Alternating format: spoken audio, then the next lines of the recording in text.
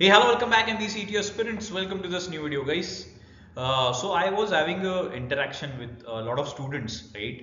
So कुछ चीजें मुझे जो सुनने मिली and that made me think of making this video, which was कि अभी मेरे पास 40 days बचे हैं सर. So ideally 50 mocks कैसे करूँ? मैंने देखा है सर कि जो टॉपर्स है उन्होंने 60 मॉक्स दिए, 70, कुछ लोगों ने 100 मॉक्स भी दिए सर. मेरा तो इतना नहीं हो रहा है, मैं दिन में 2 मॉक देने की अभी कोशिश करने वाला हूँ. तो ये सारी चीजें मैंने अभी सुनी है कि मार्च महीने में मेरे को 40 मॉक्स देने, 50 मॉक्स देने, क्योंकि मैंने ऑनलाइन पढ़ा है, किसी से बात की है, किसी ने मुझे बताया कि इतने मॉक्स देने जरूरी है, राइट? तो इसको थोड़ा सा डाइसेक्ट करते हैं एंड ट्रस्ट मी गाइस, एक बहुत बड़ा जो एक मिसकॉन्सेप्शन है या फिर whatever wrong facts that are spilled on the online platforms, उसी के बारे में मैं लॉजिकली थोड़ा बात करता हूँ. ओके, सो पहले तो 50 mocks is equal to 99.99 percentile, 99.99 percentile बिल्कुल इनकरेक्ट. ठीक है गाइस, आप कहीं भी किसी भी जगह पे थंबनेल्स देखते हो या फिर आप किसी टॉपर का इंटरव्यू सुनते हो where in claiming the person is claiming कि मैंने इतने मॉक्स दिए इसीलिए मेरे परसेंटाइल आए. क्योंकि recently I watched a lot of videos जहां पे बच्चे बोल रहे हैं कि 70 मॉक्स मैंने दिए थे, 60 मॉक्स मैंने दिए थे, and students are also listening to them.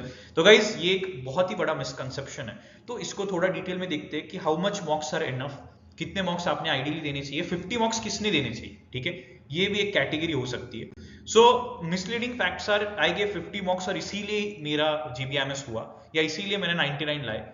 मोर मॉक्स, जितने मॉक्स देंगे उतने आपका स्पीड बढ़ेगा, जितना मॉक्स देगा आपका उतने मार्क्स बढ़ेंगे.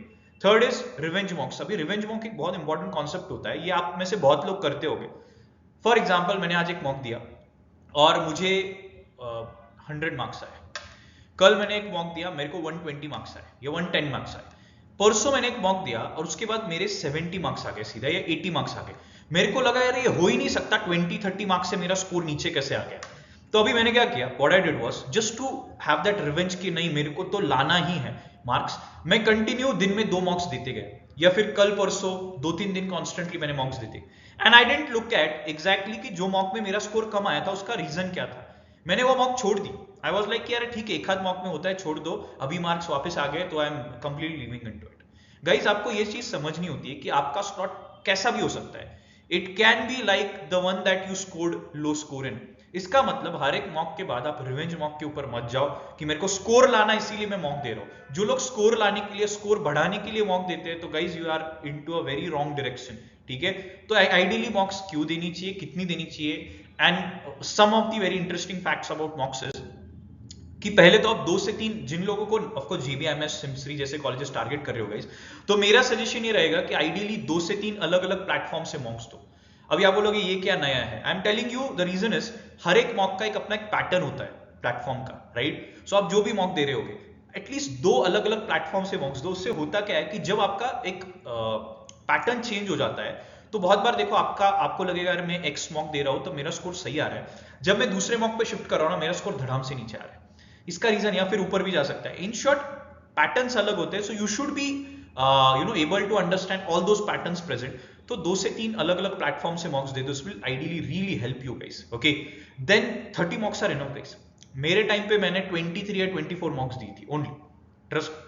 ठीक है, सो 23-24 मॉक्स में हो गया था जीबीएमएस. मतलब ऐसा नहीं कि हो नहीं सकता है, प्रैक्टिकली डन इट. ओके, जो डिफरेंस क्रिएट करता है वो मॉक्स नहीं होते, वो होते हैं तुम्हारे एनालिसिस कि एग्जैक्टली मेरे को मार्क्स अगर 70 है उसका रीजन क्या था. मेरा अटेंशन का प्रॉब्लम हो गया, मेरा टाइम का प्रॉब्लम हो गया, मेरा क्वेश्चन सिलेक्शन का प्रॉब्लम हो गया, मेरा सेक्शनल सीक्वेंस का प्रॉब्लम हो गया.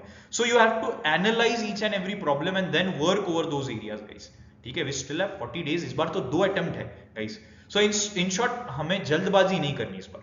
ओके, मॉक्स खत्म करने की जल्दबाजी मत करो, सेकेंड अटेम्प्ट के लिए भी कुछ मॉक्स बचा के रखो. Okay, next is how to improve speed. अभी बहुत लोग बोलेंगे अगर मैंने मॉक ही नहीं दिए तो स्पीड कैसे बढ़ेगा. I tell you simple thing.